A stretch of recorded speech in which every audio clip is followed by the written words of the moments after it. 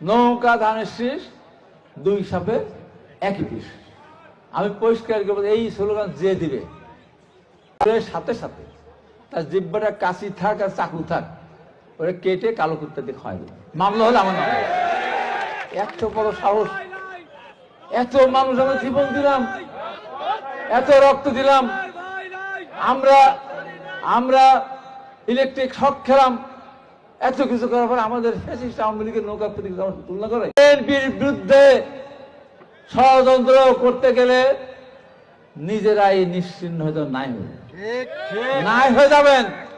অনেকে দল করতে চাচ্ছেন, দল করেন, কোনো আপত্তি নেই।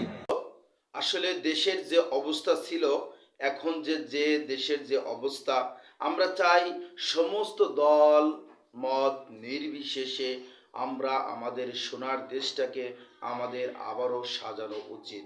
আমাদের সাজিয়ে গুছিয়ে আমাদের দেশে আমরাই কিন্তু বসবাস করব। আমরা কারো বিরুদ্ধে না গিয়ে আমরা জনগণের পাশে গিয়ে দাঁড়াই, আমরা একে অপরের পাশে গিয়ে দাঁড়াই। জনগণ যাকে চাইবে তারাই কিন্তু নির্বাচিত হবে। তাই এখানে কোনো মারামারি কাটাকাটি করে একজনের বিরুদ্ধে আরেকজন কথা বলে আসলে কিন্তু কোনো সমাধান নয়।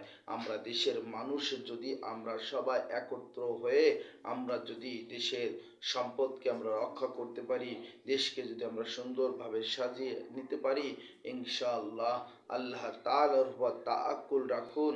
আল্লাহ তাআলা অবশ্যই দেশের মধ্যে আল্লাহ সুবহানাহু ওয়া তাআলা অবশ্যই শান্তি বর্ষিত করবেন। অবশ্যই ভিডিওটা আমরা শেয়ার করব এবং আমরা একে অপরকে কখনোই উচ্চ স্বরে কখনোই গালিগালাজ বা তাদেরকে আমরা কখনোই থ্রেট আমরা এগুলো কিছুই করব না।